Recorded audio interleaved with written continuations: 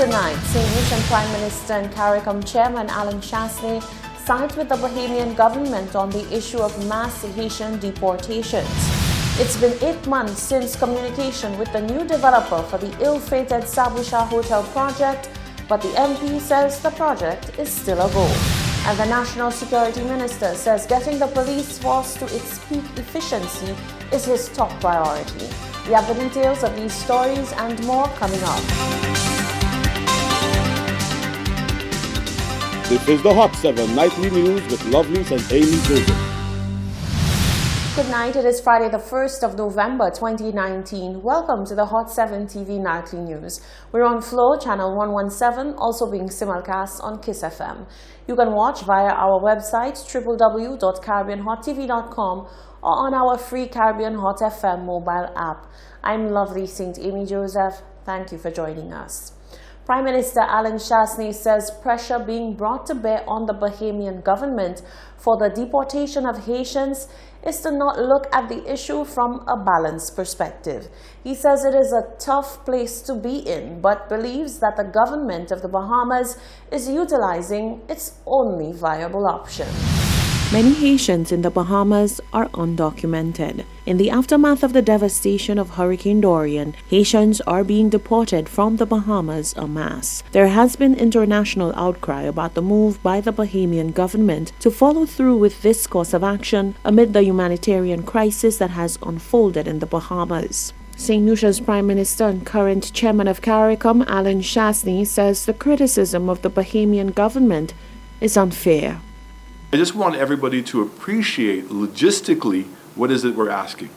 So now the government is left with a situation in which there is no infrastructure, there is no structures, there are no jobs. The jobs that are going to be done and they're going to be in the construction jobs. So what is it you do with the Haitian community who are there still undocumented? Do you now move them into Nassau? Do you move them into the other islands? And how do you absorb them into that process when they were unofficial to begin with? So, unfortunately, the only thing that's really left for the Bahamian government to do is to send them back to Haiti.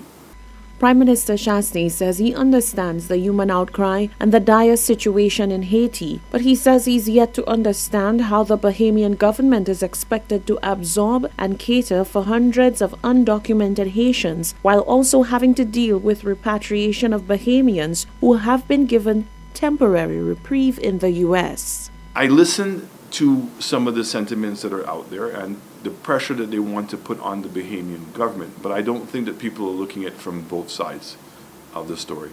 And how is it? So at this point, what I think that people are trying to suggest is this should be this humanitarian gesture and actually officially allow and to document those Haitians and then allow them to be reassembled back into the community. And as easy as it is that for us to say, I would say to you in any one of our Caribbean countries, okay, that would be difficult.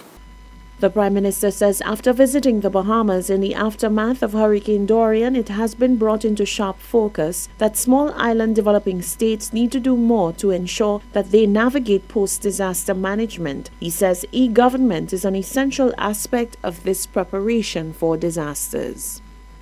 We have to be able to create an e-government because what we're doing is now the entire administration of a country is in a cloud, which is resilient free. Yeah, no problems.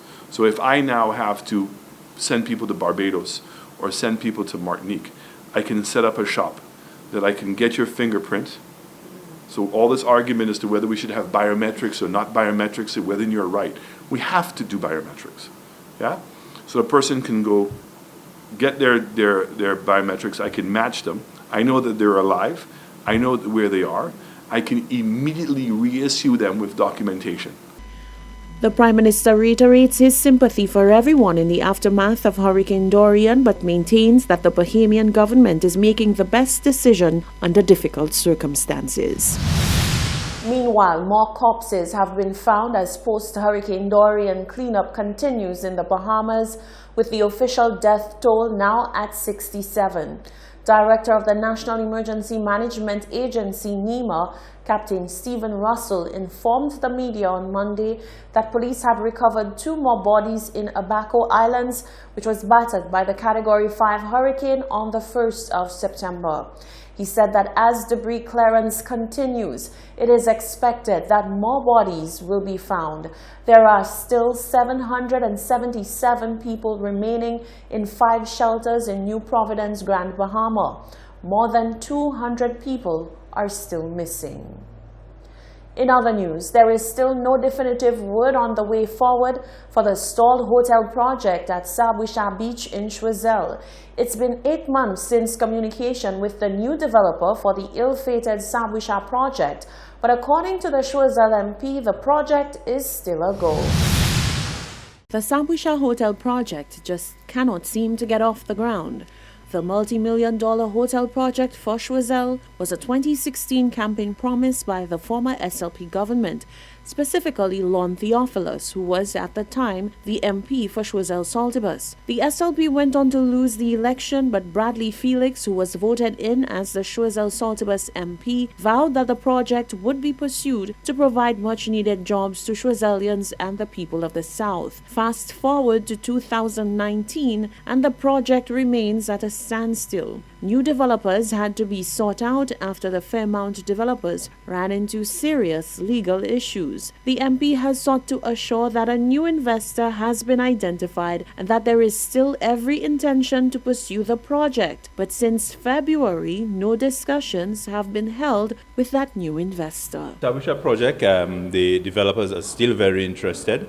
The last conversation I had with them was sometime in February, and they did indicate they would be coming back to DCA with some new drawings. I have not spoken to them since, but it's something that we all still look forward to happening. I've not had extensive conversation with them apart from the fact that the last conversation I had, they did indicate they were still interested. But as much as I know is that they're still a group from Bulgaria, and they are very, very interested because they have gone ahead and purchased some additional property in the area. And that, in my mind, signals an interest in continuing the project. Opposition MP Dr. Ernest Hilaire has expressed concern that this project and others like it show no signs of materializing. Well, we haven't heard much about the project for a while. As you know, it was a project which was originally conceived under the St. Lucia Labour Party.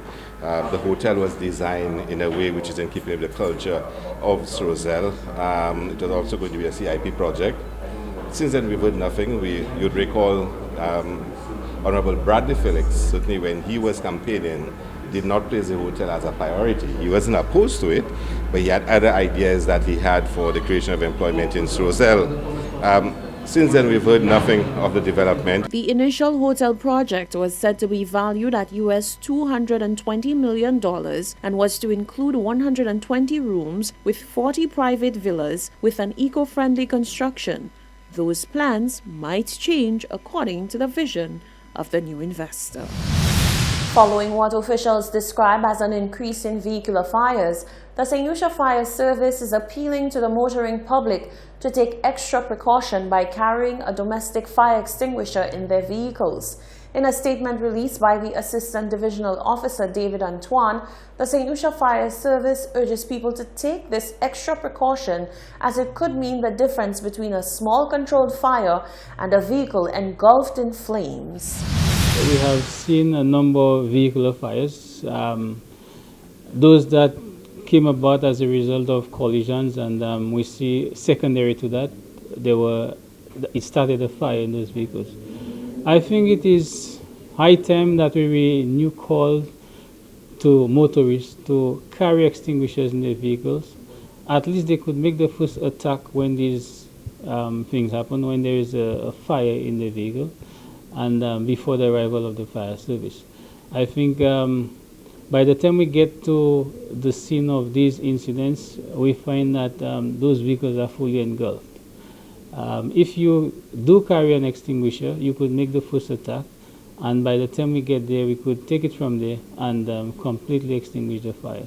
So I think it is necessary at this point to appeal to the motoring public to do make that commitment to carry an extinguisher on your vehicle, to make the first attack of a vehicle of fire possible when it does happen.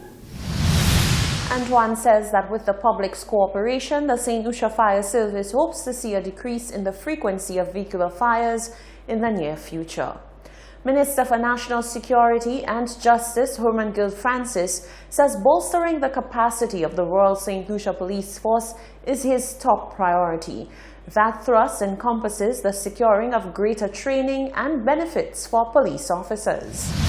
Ensuring a safer and more secure St. Lucia rests heavily on establishing a highly efficient police force. That is the view of Minister for National Security and Justice Herman Gil-Francis. He says building capacity within the police force remains his main focus. The minister says he is in tune with the needs of the police force and is making every effort to provide resources needed to strengthen the organization.